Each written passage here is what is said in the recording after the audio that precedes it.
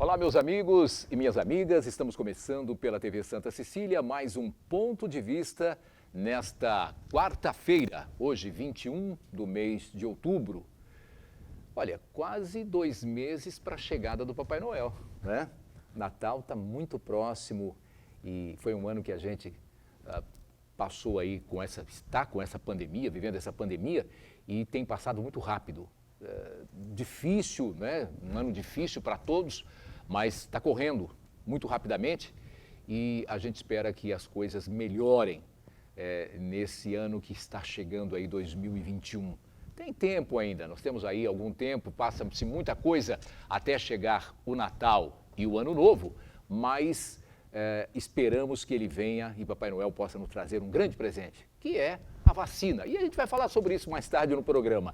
Deixa eu cumprimentar os meus convidados de hoje para o programa que hoje está recheado.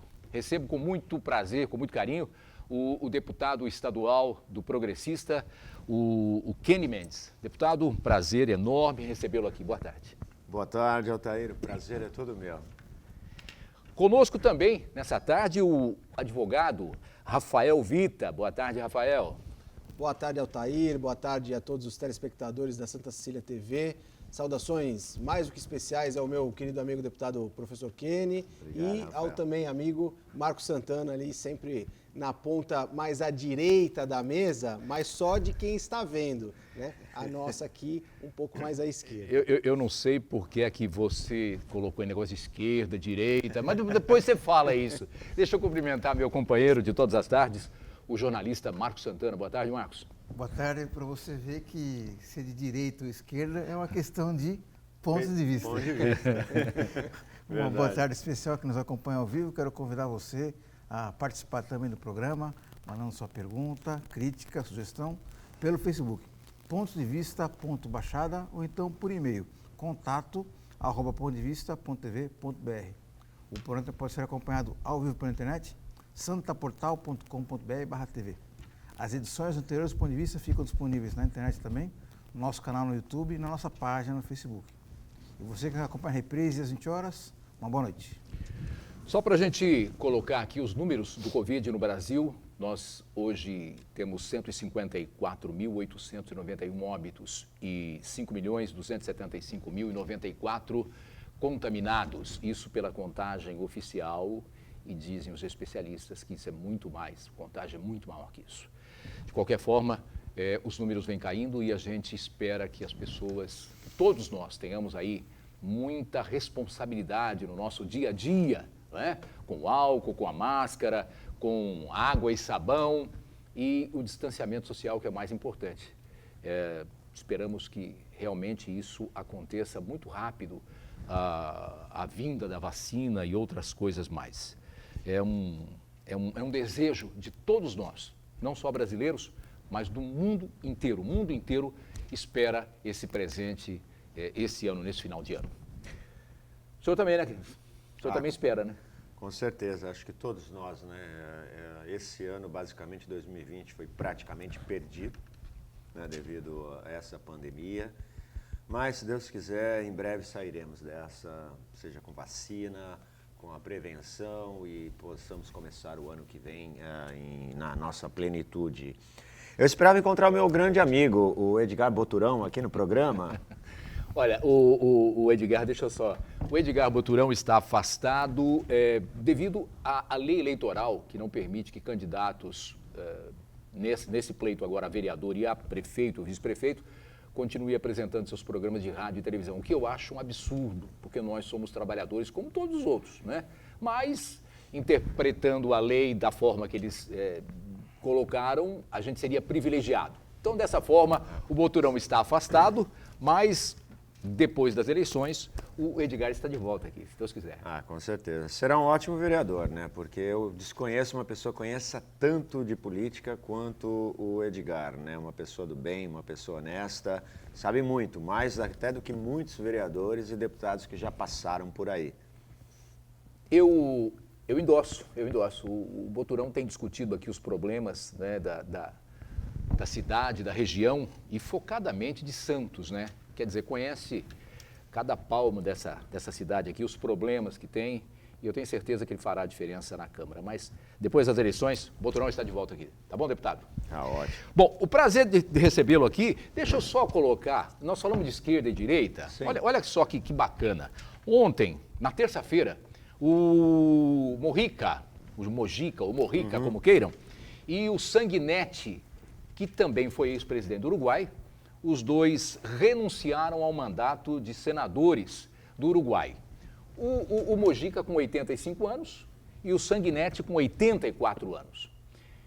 E são ex-presidentes, um ficou de 85 a 95, que foi o Sanguinetti, depois me parece que o Mojica de 95 até 2000 e 2005, e o Sanguinetti voltou, quer dizer, eles trocavam, mas inimigos, quer dizer, adversários, não inimigos, adversários ferrenhos, e não inimigos. E os dois combinaram que iriam parar naquele momento, na terça-feira, porque os dois estavam com uma idade certamente avançada e o Covid estava ali e eles não poderiam fazer aquilo que eles gostavam, que era o corpo a corpo, deputado. E de comum acordo, os dois renunciaram no mesmo dia e lá, né, ali no Senado, deram um abraço, esqueceram as máscaras e deram um afetuoso abraço. Quer dizer, mostrou para o mundo como é que faz política. Você pode ser adversário, mas não pode ser inimigo. Né? Eu achei de uma beleza isso e olha, o Brasil poderia copiar muito isso, não é? Com certeza. Coisa bonita isso. Tem muitos senadores que estão lá há tanto tempo que poderiam sair abraçando aí por aí, né? Mas não é? Não. Se a gente falar esquerda, direita, eu falei esquerda, porque os dois eram adversários, ficaram adversários e a gente tem que levar esse lado. E eu vejo, às vezes, na política local, tem muita coisa da maldade, de não ser adversário, de ser inimigo. Né? Isso mancha um pouco a política, né? Isso deixa amedrontado as pessoas de bem que estão na política, né? O que mais atrapalha, vamos dizer assim, e mais afasta as pessoas do bem da política são esses tipos de comportamentos, né? Esses tipos de ataques, esses tipos de comportamentos inadequados que a gente vê muito, né? De rotular como toda a política sendo ruim e não é verdade, né? Existem belíssimos exemplos, seja do lado esquerdo, seja do lado direito, seja no centro. E é muito importante. E é importante que a gente valorize isso, porque quanto mais a gente demonizar a política, mais vai afastar as pessoas do bem dela e atrair pessoas indesejadas para esse meio. Ô Rafael, o deputado colocou aqui aquela coisa de todo política não presta, política, eu não faço política, todo político é ladrão, né? É bacana você falar isso aí, sabe? Mas olha, gente, tem médico que não vale nada, tem jornalista que vale menos ainda e tem político que não presta, é verdadeiro. Agora, não dá para colocar todo mundo na mesma vala comum, não façam isso, porque tem muita gente boa que está segurando esse país ainda. É verdade, Altair, concordo com você e concordo com aquilo que o deputado Kenny disse, né? Eu tenho um amigo que diz que as divergências políticas são benéficas desde que elas não atinjam o bem comum, que é, na verdade, o resultado que deve ser trazido para o povo, né? Para os eleitores, enfim. Então, você disse que adversários, mas não inimigos, mas eu acho até que para ser adversário, né, deputado, existe um limite, porque se você começa a ser adversário simplesmente pela questão pessoal ou simplesmente para discordar daquilo que o outro diz, você, na verdade, ambos, na verdade, estão prejudicando a coletividade, né? E essa questão dos políticos, eu acho que nunca teve tão latente, né, essa questão. Então, eu acho que durante o passar dos anos, as pessoas foram estremecendo as suas relações com os políticos, né? De certo ponto, alguma parte por culpa dos políticos, mas na maioria das vezes por culpa de nós mesmos, né? Lembrando que a política, os eleitos são nada mais, nada menos do que o reflexo da sociedade, porque se somos nós quem elegemos os políticos, então ali estão as nossas representações. Então, muitas vezes a gente precisa olhar de fato para como cada um individualmente está fazendo política antes de outorgar a outra pessoa um mandato e simplesmente passar a atacá-lo, que é o que acontece muito, né, hoje, deputado. Enfim, é uma questão complexa, mas que eu acho que passa por uma reflexão aí de coletividade, de sociedade como um todo. Pois não. Não, com certeza. O doutor está certíssimo. Belíssimas palavras e assina embaixo. Realmente é o que a gente mais vê hoje em dia, né? No comportamento. Ele está muito inadequado, né? No meio político. E a gente vê também muitos políticos também deixando de apresentar propostas, né? E trabalhando apenas no ataque, né? Eu acho que isso é uma falta de competência até, né? Quando você não tem o que mostrar, a única solução que resta é atacar. Ô Santana. O Altair, amigos, o Pepe Mujica e o Júlio Sanguinetti deram uma demonstração clara de grandiosidade na política, né? Não é à toa, então, que o Uruguai é um dos países da América Latina que apresenta os melhores índices sociais e também de força das suas instituições, da riqueza cultural, em que parece ser um país muito pequeno, mas ainda assim eu tive a oportunidade de conhecer o Uruguai durante 2 vezes, então a gente percebe a diferença muito clara em termos de cidadania mesmo, né? de convivência, de regras e assim por diante. E infelizmente, a gente aqui no Brasil, hoje de manhã, tivemos um exemplo completamente o contrário, o inverso disso daí, né? Ontem, o ministro da Saúde, ele anunciou que haveria... O governo federal compraria as vacinas produzidas em parceria com o Instituto Butantan e o laboratório chinês para combater o coronavírus. E hoje de manhã, o presidente Jair Bolsonaro, ele desautorizou o próprio ministro. E é um claro exemplo disso daí que até o Rafael Vita falou, né? A picuinha política, o ódio, o desrespeito às diferenças políticas se sobrepondo aos interesses da coletividade, né? E mais uma vez, Jair Bolsonaro, acho que dessa vez ele provou definitivamente que nós temos um psicopata governando o Brasil, um psicopata de um nível intelectual muito baixo. Porque se ele tivesse um nível intelectual razoável, ele saberia de que não é o João Dória que está ali na cozinha dele fazendo uma misturinha aí para preparar uma vacina. Temos ali o Instituto Butantan, a Fiocruz, a Fundação Oswaldo Cruz, que tem renomados cientistas que estão supervisionando. E mais do que isso, o laboratório chinês é um dos mais avançados do mundo. Muita gente questiona por que a vacina chinesa foi desenvolvida tão rapidamente. Por quê? Porque eles têm alta tecnologia, eles têm uma tradição em ciência e pesquisa científica muito grande. Vamos lembrar que o conhecimento na medicina na China é milenar. Temos aí a medicina tradicional chinesa e também essa medicina alopática baseada científica é fundamentada basicamente em investimentos pesados do governo, porque fazer pesquisa científica é muito caro, tem que ter bala na agulha, como se diz, né? E o governo chinês tem bala na agulha. Então, por conta disso daí, o governo chinês, os laboratórios chineses conseguiram, em tempo recorde, desenvolver essa vacina. E não é o João Dória que está preparando, são cientistas, o Instituto Butantan também está desenvolvendo, também com cientistas muito renomados, e a Fiocruz também está coordenando todo esse trabalho. Então, quer dizer, na prática, é o cidadão brasileiro que vai ser prejudicado.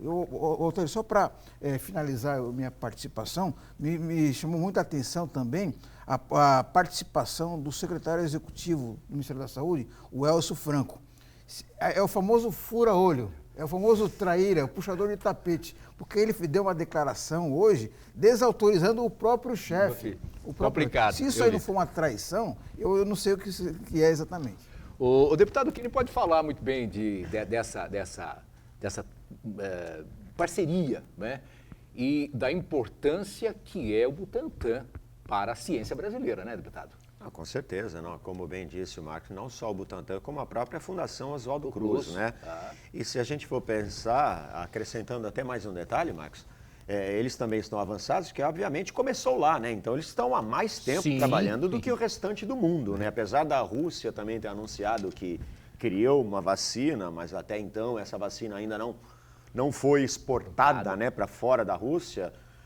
Foi um pouco misterioso, vamos dizer assim, a elaboração da vacina russa. Mas a gente não pode ter esse pensamento pequeno, até porque nós não vamos importar a vacina pronta. A vacina vai ser fabricada no Brasil, com supervisão da Anvisa, né? Pelo Butantan, com supervisão da Fundação Oswaldo Cruz. E se nós formos pensar por este lado, das 8 vacinas obrigatórias que o Ministério da Saúde recomenda para as crianças, por exemplo, 3 delas são fabricadas na China. Então, quer dizer, a gente não vai mais vacinar criança, não vamos mais comprar iPhone, né? Porque os iPhones hoje em dia também são fabricados na China, né? E tantos outros equipamentos que existem no mundo, né? O Rafael, nessa sequência que o deputado toca aí agora, a vacina será brasileira, porque nessa compra, me parece que seriam 46 milhões, a tecnologia vem para o Brasil e o Butantan iria fazer 40 milhões e viria 6 milhões de lá, nesse lote de 46. E isso tudo, só para um contraponto, quando o presidente colocou que não iria pagar uma vacina que não estava pronta ainda, que não tinha sido os seus efeitos, né, já comprovados, a parceria com Oxford custa para o Brasil hoje 2 bilhões, já pagos 2 bilhões que o Brasil investiu em Oxford. Quer dizer, então, é contrassenso para todo lado, né? E mesmo que ela fosse, ou viesse e fosse fabricada integralmente na China, né? Que vem, rapaz, que vem. Eu creio, né? Eu não sei, às vezes a gente fala algumas besteiras, mas eu creio que a vacina não venha junto aí uma ideologia, né? Eu não sei se eu tomar a vacina chinesa, eu vou me tornar comunista, ou se eu tomar a vacina americana, vou me tornar capitalista, não sei, né? Eu não sou cientista, estou só aqui supondo pela minha parca inteligência que isso não ocorra. Então, e outra, quando a gente toma um remédio, né, se você vai ao médico e ele te receita um remédio, você procura saber se esse remédio tem efeito e se ele é fabricado de acordo com aquilo que as autoridades pregam e preceituam, né? Não da onde vem ou quem é o cientista, a nacionalidade do cientista. Então, assim, é uma discussão que beira assim, a irrealidade, a imbecilidade, né? É uma coisa fora de qualquer contexto. Eu acho que... Fora da casinha. Lógico, eu acho que o que a gente precisa fazer, o governo ele tem que ter ali aberto todas as opções, né? Enfim, a que tiver mais avançada, a que for mais eficiente, ou ambas, né? Enfim, é uma questão realmente que me parece uma discussão muito rasa, muito pequena, que é até vergonhoso que isso ainda esteja sendo debatido, né? Deputado, dia desse o Boturão me lembrava aqui que o Bolsonaro, ele é fã do Trump. A gente conversava e falava, não se preocupe não, ele é fã do Trump.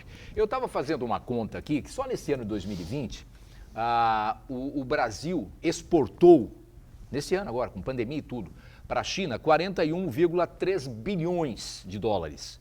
E para os Estados Unidos, 11,8 bilhões de dólares. Olha a diferença. E no ano passado foram 63 bilhões de dólares contra 29 bilhões de dólares. 63 para a China e 29 para os Estados Unidos. Quer dizer, o nosso maior parceiro comercial, quando ele foi ontem no Twitter e colocou que não vamos comprar vacina da China, quer dizer, pode criar aí um problemaço para o exportador brasileiro, principalmente para o agronegócio, né? Com certeza. A nossa balança comercial depende aí mais da metade de toda a exportação que ocorre.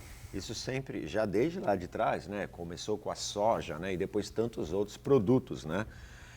Eu não sei, porque uma grande parte do eleitorado do presidente também é do ramo agropecuário. Então eu não entendo como é que ele pode, de repente, tentar sabotar tanto os seus próprios eleitores, né? E a economia do país, né? Então isso...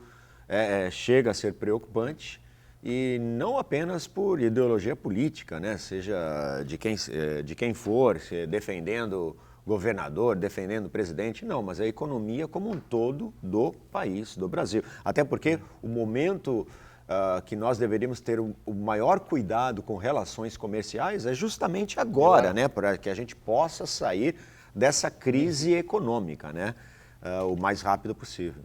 O senhor colocou aí, e faço uma ressalva que eu já coloquei no programa, que o Brasil tem 2 grandes ministros. Eu não estou desmerecendo quem quer que seja, pelo amor de Deus, mas o ministro da Infraestrutura, né? Tarcísio. O Tarcísio, e a ministra da Agricultura. Essa mulher conhece do que faz. Então, esses 2 ministros são realmente o alicerce para o restante do governo Bolsonaro. Então, sem problema algum. O Altair, o deputado falou sobre sabotagem aos brasileiros e à economia nacional. Eu acho que todos nós que queremos um país melhor, devemos ficar atentos por uma decisão que deve ser dada no ano que vem, que é com relação à escolha da tecnologia do sistema 5G no Brasil. Também. Que temos 2 alternativas aí. A tecnologia chinesa, mais uma vez, e a tecnologia americana. Só que tem uma grande diferença. A tecnologia chinesa é muito mais avançada, os chineses estão há 3 anos à frente nas pesquisas, ela é mais barata, praticamente a metade do preço, e ela é melhor. Mas aí tem um problema. Só que o Jair Bolsonaro, como ele é fã de carteirinha do Donald Trump, a tendência é que ele feche com os americanos, implante o sistema americano, apenas para agradar Mas nós teremos agora, dia 3 de novembro, eleições americanas. E se o Trump perder, meu amigo, vai ficar muito difícil esse relacionamento aí, Brasil, Estados Unidos, porque Trump já falou tanta besteira, inclusive faz campanha. Eu nunca vi um presidente brasileiro fazer campanha para um presidente que não seja no Brasil. E essa decisão de qual modelo adotar vai ter consequências, não daqui para frente, o sistema 5G. A partir do momento que você adota a tecnologia americana, todo o sistema hoje de telefonia celular que nós temos é estrutura chinesa. As operadoras que estão atuando no Brasil, elas têm como fornecedor a Huawei, né? Huawei. Né? Então, a partir do momento que se troca o sistema para o americano, todas as operadoras de telefonia vão ter que trocar o sistema para o americano. É mais um problema para o ano que vem. E quem vai pagar a conta? É o consumidor brasileiro. Mas vai ficar para o ano que vem, isso aí depois da eleição americana, né? Que deve eleger aí, ou se reeleger o Trump ou o Biden. E se for o Biden, nós teremos problemas, viu, deputado? Com certeza. Eu também acho, até por essa crise de relacionamento que a gente tem enfrentado, né, o Brasil, juntamente com o presidente Trump e a China, nós já caíram drasticamente as importações da Europa, né? Não apenas pela pandemia, como também alguns atritos que ocorreram no passado com alguns presidentes europeus. E eles são muito unidos, né? O nome já diz tudo, né? União Europeia, né? Então, quando um país europeu toma uma decisão, os outros acabam se alinhando e acabam seguindo essa decisão, né? Então, isso é bastante preocupante, porque se a gente ficar sem a Europa, ficar sem os Estados Unidos e continuar desagradando a China, para quem nós vamos exportar? Ô, Rafael, a tendência da coisa aí não é muito boa, não, porque a China está com problema lá com Taiwan. Aí os americanos estão vendendo armas para Taiwan. A China já mandou um recado. Olha, se vender armas para Taiwan, nós vamos ter problema. Quer dizer, a coisa não está boa nesse final de ano. Eu acho que todos vocês falaram com muita propriedade algo muito esclarecedor. Eu gostaria de complementar essa discussão, apenas lembrando que o Brasil ele sempre teve um histórico de ser a Suíça da América Latina, né? De ser um país apaziguador, de ser um país que sempre sentou à mesa como articulador de conflitos, né? E hoje o que a gente vê é que nós estamos aí fomentando conflitos de parceiros nossos, né? Enfim, eu acho que é aquele velho ditado na briga entre o Rochedo e o Mário Rochedo, quem sofre o Marisco. Então, e no Marisco somos nós, viu? Porque entre esses gigantes nós somos aqueles que vamos tomar porrada, porque a nós não interessa nem que a economia americana sofra abalo, muito menos a chinesa, como você disse, hoje nessa balança comercial, nesses números, tem muito maior robustez de exportação e importação nossa aqui dentro do mercado interno do que o próprio mercado americano. Bom, eu vou para o intervalo e depois a gente vai falar aqui de coisas nossas, né? Ficar um pouco em Santos e também no Estado e aproveitar o deputado aqui hoje para conversar algumas coisas do Estado. Antes de ir para o intervalo, deputado, o senhor continua fazendo o curso, né? O curso sucesso, né? Continuou, né? Não, né? Não, tivemos que nos reinventar, né? Então, aulas EAD, ensino à distância. Veio no momento da pandemia também, sim, né? Aproveitou tudo. Estamos aí beirando em breve os 100 mil alunos no mundo 100.000. inteiro. Já são 78 mil alunos. Quando o senhor fala no mundo inteiro, o senhor já saiu do Brasil faz tempo? Bastante. Nós temos muitos alunos na África, na Ásia, Europa toda. Mesmo? A gente tem aulas mensais ao vivo, então eu converso com alunos do mundo inteiro, né? Então é muito bacana. Nesta de 100 mil, vamos comemorar, fazer uma festa, né? Produtor, né? Vamos fazer com o deputado aqui, comemorar os 100 mil alunos aí pelo mundo. Gente, faço o intervalo e voltamos já com o ponto de vista com o deputado Kenny Mendes e com o Rafael Vita. Bem, de volta aqui no Ponto de Vista desta quarta-feira, hoje 21 de outubro, recebendo o deputado estadual do Progressista, Kenny Mendes, e o advogado Rafael Vita. Conversamos em muitos assuntos, mas eu gostaria agora de já começar com o deputado aqui para falar da reforma administrativa do Estado de São Paulo. Há alguns projetos que foram para a Assembleia e que foram meio tensos, né, deputado? Bastante, né? Tivemos que tomar decisões difíceis, né? Mas é bom até esclarecer um pouco, né? Nós tivemos uma grande reforma administrativa agora, onde a gente extinguiu algumas empresas, como, por exemplo, a CDHU e a MTU, e muita gente fala, puxa, mas não vai mais fazer habitação, não vai mais ter transporte intermunicipal. Não, nós extinguimos os grandes cargos, né? Os cargos de diretoria, né? Nós tínhamos aí diretores, aí, por exemplo, CDHU, ganhando 40 mil reais por mês, e não são concursados. Então, a estrutura da CDHU e a estrutura da MTU vão ser absorvidas pelas secretarias de habitação e secretarias de transportes. Sim. E os funcionários concursados, obviamente, continuam nos cargos. Então, esse foi o tipo de reforma que nós realizamos. Conseguimos algumas vitórias, né, após muita discussão pelo projeto. Nós conseguimos garantir a permanência, como por exemplo, da FURP, do Oncocentro, a autonomia das universidades. Tudo isso foi retirado do projeto. E teve uma discussão até um pouco, vamos dizer assim, desleal, né? O pessoal falando, não, que é um projeto que aumenta impostos, vai aumentar impostos de remédio, vai aumentar impostos de cesta básica. Não, nada disso está nos textos. Não, o governador também já deu a garantia que isso não ocorrerá. O que houve foram apenas algumas isenções que foram dadas há 2 anos atrás, que elas precisam ser renovadas de 2 em 2 anos. A cada 2 anos você precisa ou renovar essas isenções, mandar um novo projeto, ou não renová-las. E foi o que aconteceu. Até porque nós temos aí um rombo aí de 10 bilhões de reais no orçamento e agora não é momento da gente dar mordomias, né? A gente oferecer mordomias para grandes empresas, grandes empresários. Então foi isso que ocorreu, mas não há nada de verdadeiro quando se dizem que vai aumentar itens da cesta básica e também remédios, né? Infelizmente foi aquilo que a gente falou no começo do programa, como bem disse também o doutor Rafael Vita. Infelizmente alguns políticos, né, por falta de trabalho, a única ferramenta que lhe resta é atacar, né, tentar denegrir e tentar atacar seus adversários, vamos dizer assim, mas não há nada de verdade disso. O senhor falou aí da FURP, até num programa nosso aqui nós falamos das empresas que iriam ser extintas e a FURP era uma delas e eu me coloquei até contrário. Falei, olha, eu acho um absurdo a FURP estar nessa lista, porque a FURP é de uma importância muito grande, não é?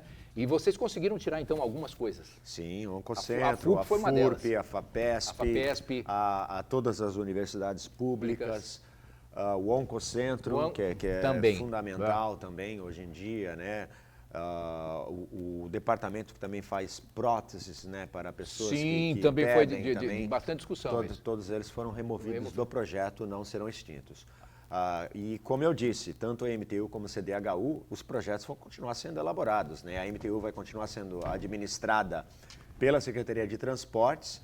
E a Secretaria de Habitação, hoje em dia, a CDHU era um órgão, bem dizer, morto. Não. Porque depois, desde lá de trás, com o lançamento do programa Minha Casa Minha Vida, né, Todos os financiamentos são feitos através da Caixa Econômica Federal, né? O Estado entra apenas com um certo percentual de incentivo e também com a elaboração de projetos, que também é feita pelas Coabs municipais, né? As companhias, mas os cargos eram grandes aí, né? Os cargos. Só que os cargos, exatamente, né? Só para você ter uma ideia, a CDHU eram quase 443, se não me falha a memória, 443 milhões de reais por mês. Por mês? Apenas de cargos. cargos, né? E não são cargos concursados, são nomeações políticas. Aí muita gente não quer que acabe, né? Aí muita gente não quer que acabe porque... Não tem como você manter uma coisa assim. Que isso? Aí é complicado. E a Secretaria de Habitação serve para isso, para elaborar projetos. Também. Então você tem a Secretaria de Estado. Então escolha, ou você mantém a CDHU e corta a Secretaria de Habitação, ou você mantém a Secretaria de Habitação do Senão Estado. você vai ter os dois gastos para fazer uma única coisa, né? Uma única coisa. Agora, o gasto de 400 milhões por mês aí é muita coisa para manter cargo, né, Rafael? Um absurdo, né, não é? professor? Um absurdo, um absurdo. É pelo ralo. Eu vejo realmente sempre com bons olhos qualquer reforma do ponto de vista da estruturação do Estado que vise aí ou a extinção de cargos com altos salários ou cargos inócuos, como bem disse o nosso deputado, mas não só por isso, mas porque eu acho que quanto mais enxuta estiver a estrutura, mais eficaz ela é, né? Com certeza. E veja só, como os projetos, né, eles são importantes que os projetos sejam debatidos pela sociedade e pelos políticos. O projeto ele nasceu de uma forma, foi para a casa legislativa, onde ali com os olhos dos representantes da sociedade, houveram modificações, adaptações, melhorias, e aí sim isso aí foi implementado. Certamente haviam coisas que o deputado Koenig gostaria de ter mantido e que foram retiradas, e outras que foram retiradas e que ele gostaria de ter mantido. E outros deputados da mesma forma. Mas eu acho que a negociação da obra, né? E aí é que é a importância da política. E de você ter bons políticos, não é verdade, professor? A gente falou isso logo no início. Então, às vezes a pessoa que fala, olha... E muitos políticos, como o senhor disse, deputado, que não sabem, né? Eu, por exemplo, não li o projeto, eu não vou ficar aqui debatendo o projeto em si, porque seria uma leviandade da minha parte. Mas eu tenho certeza que muitos políticos que também não leram, não bateram o olho em nenhuma linha do projeto, acabaram dizendo besteiras aí simplesmente pela picuinha política, né? Exato. Então, olha só como um assunto se introduz no outro e acabam se complementando. Eu posso citar só mais um exemplo? Fica à vontade. Também de um outro exemplo de um projeto muito polêmico que confesso que durante toda a minha vida política, desde a época de vereador e agora deputado, foi o projeto mais difícil que eu já votei na vida, que foi o projeto da reforma da Previdência do funcionalismo público estadual. Logo no começo do ano, né? Essa é a questão que eu ia fazer para o senhor. Né? Você ia fazer essa pergunta? E uma coisa que nunca foi esclarecida, né? O que aconteceu? Nós tivemos a reforma federal, que o Congresso Nacional, os deputados federais e os senadores votaram. E para minha categoria de professor, era um projeto muito ingrato, porque você ia ter aí professores dando aula até os 65 anos de idade na sala de aula e mulheres 62 anos. Por exemplo, para citar apenas um dos exemplos. E aí nós somos incumbidos, deputados estaduais, da seguinte escolha. Você tinha até, se não me falha a memória, dia 14 e 15 de abril, para aprovar um projeto próprio do Estado. Caso não fosse aprovado um projeto próprio do Estado, ficaria valendo a reforma federal. Então, a minha escolha era... Ou a gente faz um projeto próprio, a gente vota um projeto próprio estadual, melhor do que o federal, ou fica valendo o federal.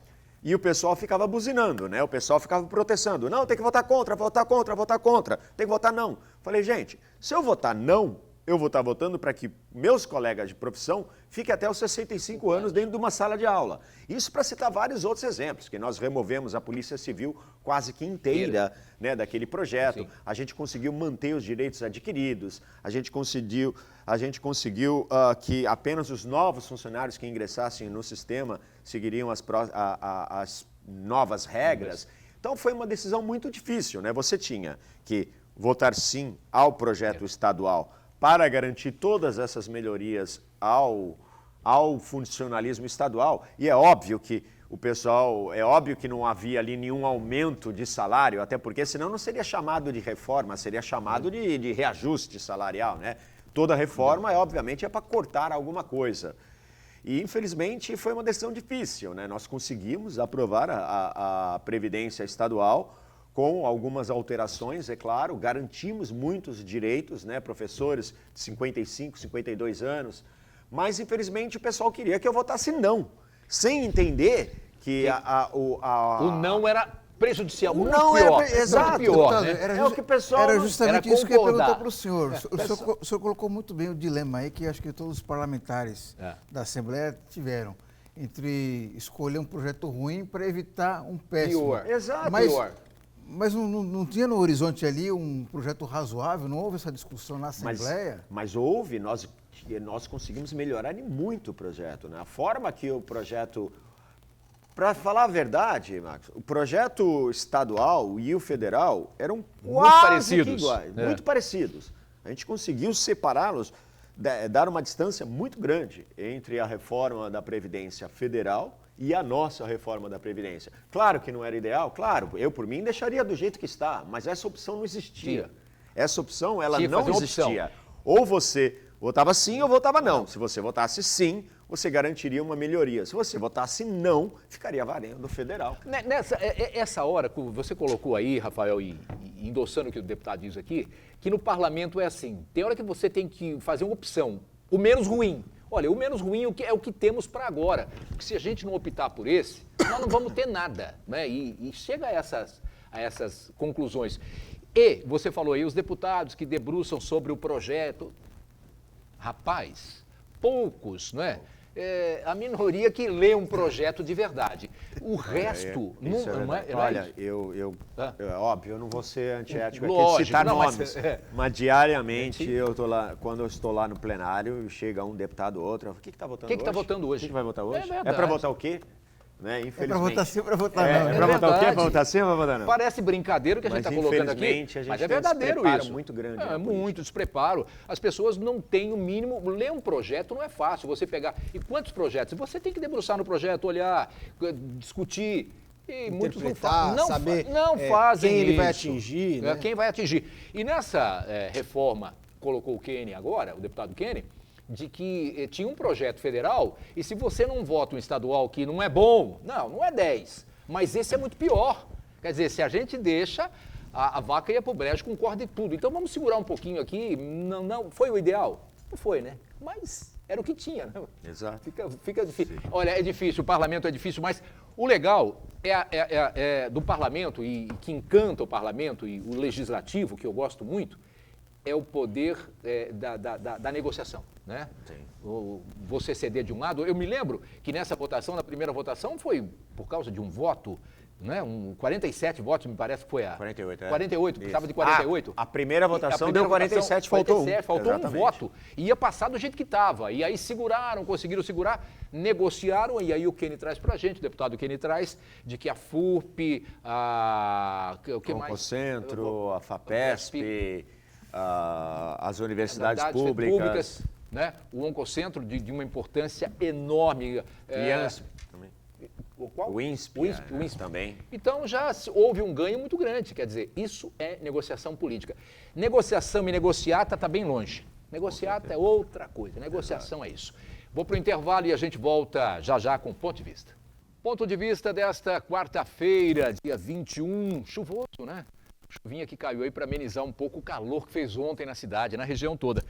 Hoje, dia 21, recebendo aqui o deputado Kenny Mendes, deputado do Progressista. Aliás, tem pergunta aí sobre partido, Marcos Santana? Exatamente. Bom, primeiro eu registrar a participação aqui do Uriel Vilas Boas, que ele pergunta até quando os aliados do ainda presidente vão aceitar esses procedimentos estapafúrdios. E já o Valdomiro Trento, na verdade, ele pergunta sobre eleição mesmo, né? Pergunta para o Kenny Mendes, o senhor entende que o eleitor deve votar na ideologia partidária ou no candidato? Uma vez que a democracia brasileira só será fortalecida com partidos políticos representativos. Eu acredito Infelizmente, no Brasil, a quantidade de partidos que nós temos, aí 30, a última vez que 30, eu... né? É 33, se não me falha a memória. Parei por aí, pra perder, né? Como é que você pode dividir a representatividade com 33 ideologias? Nem existe no dicionário, se você for procurar 33 ideologias diferentes, políticas, não existem, né? Infelizmente. E os partidos hoje em dia... eu, por exemplo, eu sou um liberal humanista. Não existe um partido que se enquadre dentro disso, né, dessa ideologia no Brasil, a não ser que eu crie um amanhã, aí já vão para 34 partidos, né? A democracia, concordo que a democracia ela é feita com a representatividade, mas eu acredito primeiramente nas pessoas, né? Eu acho que a intenção, quem vota, em quem você deposita a sua confiança, não é apenas uma sigla partidária, mas sim uma pessoa capacitada, uma pessoa honesta, uma pessoa que possa te representar de fato. Até porque o partido não vai falar por você. Quem vai falar por você é o seu representante, é aquele que você votou e tomará as decisões em prol dos seus interesses.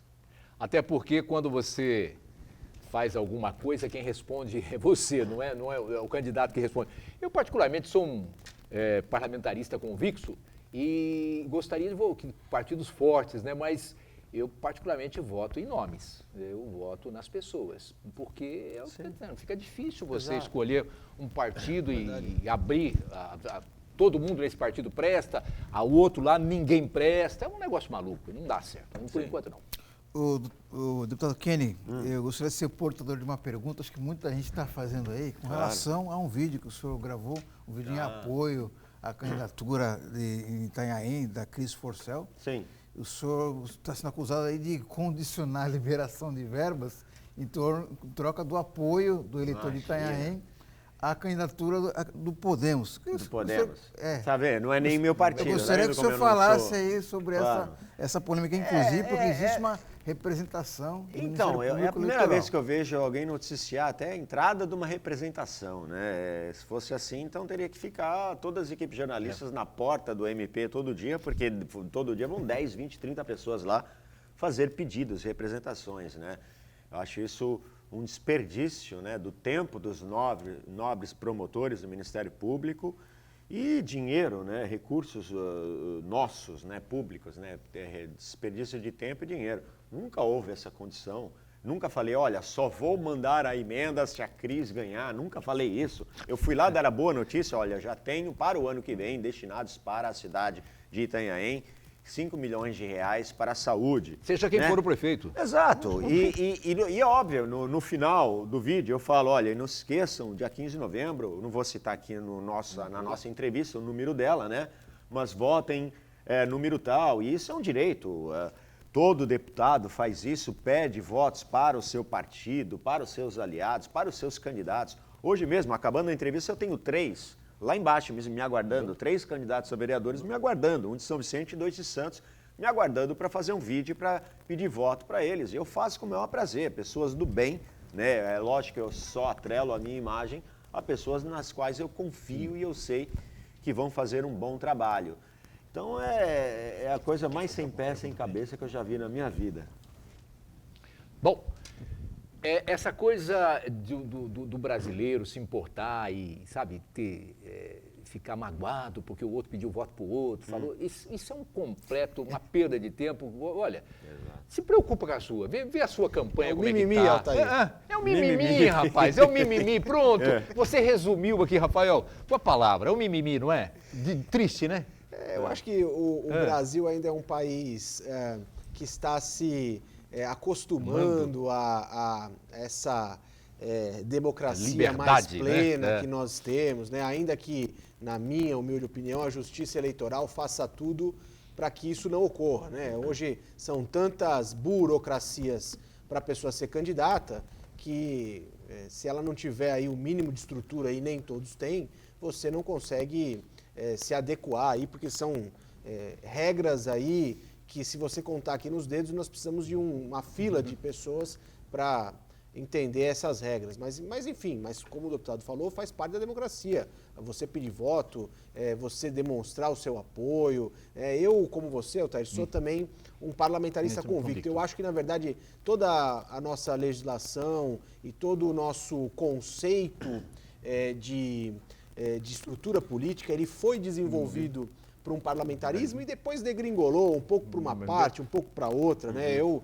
já falei algumas vezes aqui no programa, eu acho que a gente só vai ter mudanças profundas do ponto de vista de estrutura política no país quando a gente começar a olhar, primeiro, para essa mudança do presidencialismo para o parlamentarismo, né? Porque eu acredito que quando você necessita trocar o governo e se você tem uma estrutura parlamentarista, você acaba fazendo isso sem as rupturas, as sangrias que você tem. Exatamente, que você tem no presidencialismo, e também quando a gente começar a olhar para uma tentativa de modificação desse federalismo que a gente vive, né? Eu não consigo crer que o Amazonas, por exemplo, tenha a mesma legislação do Mato Grosso do Sul, ou que São Paulo tenha a mesma legislação do Acre, né? São culturas diferentes, problemas diferentes. Então, enquanto você em São Paulo você tem um problema maior de saúde, no Acre você tem um de segurança, então você poderia ali delinear a legislação para atacar, né, o problema de forma mais pormenorizada. Eu acho que a gente não vai ter grandes modificações. Aí está o problema, a diferença do Brasil e dos Estados Unidos, Exatamente. que é presidencialista, mas com estados totalmente independentes lá, independência, né? Que respeitam, na verdade, a sua cultura. Os Estados Unidos veja, os Estados Unidos se assemelha muito ao Brasil nesse sentido. Você vai num estado, a cultura é completamente diferente. A cultura, o povo, né? A necessidade é diferente. Bom, nós estamos falando de eleição aqui, eu não poderia deixar de passar isso em branco com o deputado Kenny Mendes, porque o deputado realmente foi assim uma das pessoas mais citadas nas pesquisas para ser candidato à Prefeitura de Santos, né? E hoje nós estamos vivendo aí um momento político. Queria que você falasse sobre isso, deputado, né? O momento político de hoje e aquela celeuma toda, o pessoal, mas por que o Kenny não vai ser candidato? E eu ainda falei, olha, o deputado falou que ia cumprir o mandato dele, eu acho que ele vai cumprir o mandato dele, deputado. Foi por aí que eu entrei, viu, deputado? Olha, esse ano foi um ano muito atípico, né? Não só por tudo que nós estamos passando, mas também até como experiência política para mim, né? Foi a primeira vez que eu vi alguém ser criticado por honrar o seu mandato, né? É a primeira vez. Mas eu fiz a sua defesa nesse sentido. Eu vi. Eu fiz a sua defesa. Eu vi, Normalmente é o contrário. Normalmente é o contrário, né? Tá largando o mandato para deputar outro cargo. Eu decidi, porque é claro, nós estávamos aí primeiro nas pesquisas, as pessoas esperavam muito por isso, mas ninguém imaginava que nós teríamos também a crise do Covid, né? A maior crise sanitária da história recente do Brasil e do mundo, né? Vamos dizer assim. E eu não me sentia à vontade de largar o meu mandato na metade, né? Menos da metade, porque as pessoas esquecem que os deputados estaduais assumem dia 15 de março. O governo é uma loucura, né? O São Paulo é o único estado que é assim. Eu não entendo até hoje isso, também mas não. Tudo bem. O governador assume dia 1º de janeiro e os deputados estaduais só dia 15 de março. Né? É uma legislação antiga que nunca foi consertada e os deputados estaduais não podem fazê-la porque o TSE não permite devido à duração dos mandatos, tem que ter exatamente 4 anos. Então, o TSE tem que criar uma nova regra, porque nós, como deputados, não podemos mudar isso. E aí eu falei, como é que eu vou largar o meu mandato com menos da metade e concorrer a essa eleição, sendo que a região toda, né, estava passando por muita necessidade. Para você ter uma ideia, nós intermediamos aí durante essa pandemia para as 9 cidades da Baixada Santista, eu diariamente conversando com o secretário Marcos Vignoli, nós intermediamos 155 respiradores, né, de UTI que foram usados para a pandemia do Covid.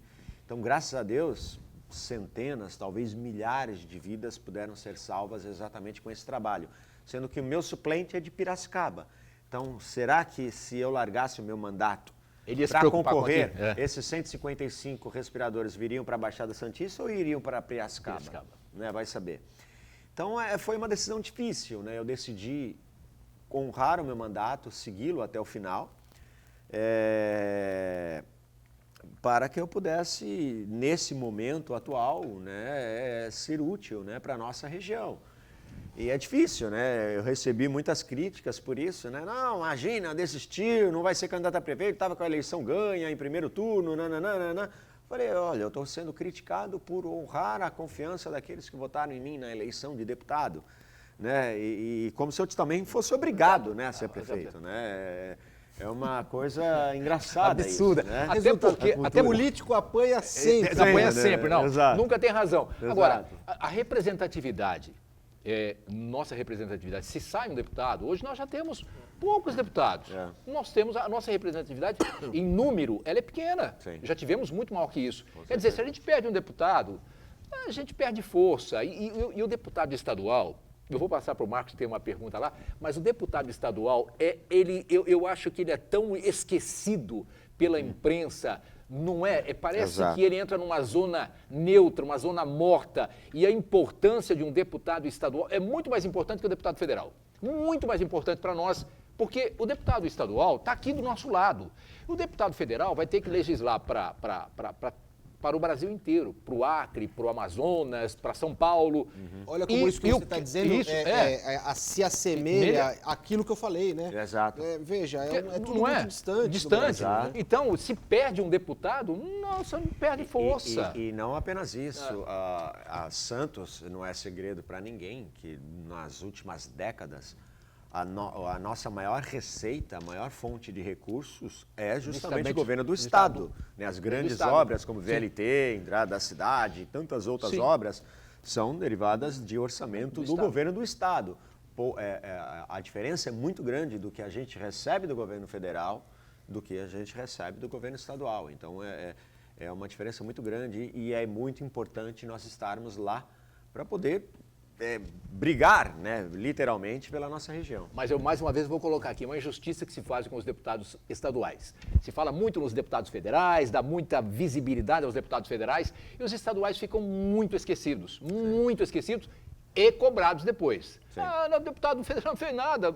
Cara, Aliás, não abre, tem que abrir espaço. Uma menção honrosa. Você disse, Altair, que nós talvez já tivéssemos em outros tempos maior representatividade. Em número, não, numérica. Mas eu julgo, né? Eu sou um pouco suspeito falando, todos são meus amigos, mas eu acho que hoje nós temos uma leva de representantes na Assembleia Legislativa muito boa. Muito boa, mas deputado poderia... professor Kenny, Caio França, deputado Paulo Correia, né? Mas poderíamos ter aí mais deputados. Nós temos aqui muito voto. Pois não, senão o deputado o programa Kenny, acaba. A internet é uma ferramenta poderosíssima de comunicação, principalmente as redes sociais. E o senhor já demonstrou várias vezes que usa muito bem como comunicação, né? As redes sociais, as suas votações mostram muito bem isso aí. Então, eu gostaria que o senhor falasse um pouquinho sobre a utilização das redes sociais em eleições.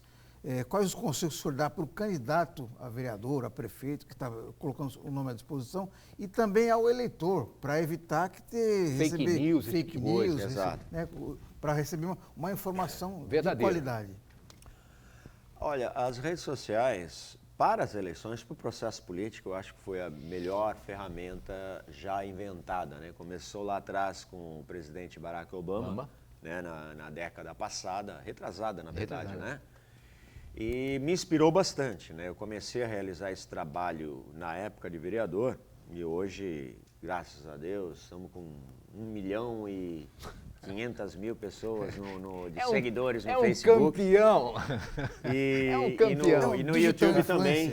Digital influencer. Digital influencer, né? E no YouTube também indo pelo mesmo caminho, né?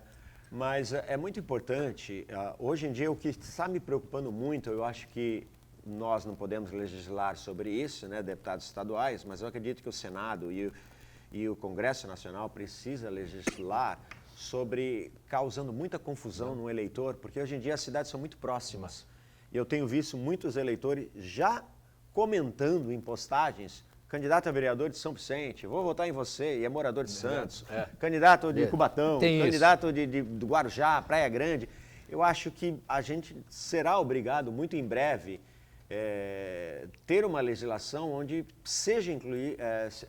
esteja caracterizado na propaganda o nome da cidade, da região que você representa, porque as pessoas também desconhecem de como utilizar as redes sociais. Às vezes, outro dia eu recebi uma propaganda do candidato do Rio de Janeiro, patrocinado. Quer dizer, patrocinado. ele não sabia Ele não tá patrocinar, gastando ele dinheiro deve à ter toa. Brasil. Tá queimando dinheiro. Gastando dinheiro É. à toa, né? Um candidato do Rio de Janeiro pedindo voto para mim aqui em São Paulo, né? Então as pessoas precisam saber. Então é muito importante que o eleitor, as redes sociais, elas são muito benéficas. É muito importante que o eleitor saiba pesquisar sobre o seu candidato, ver de onde ele é, quais são suas propostas e fazer uma decisão, tomar uma decisão consciente.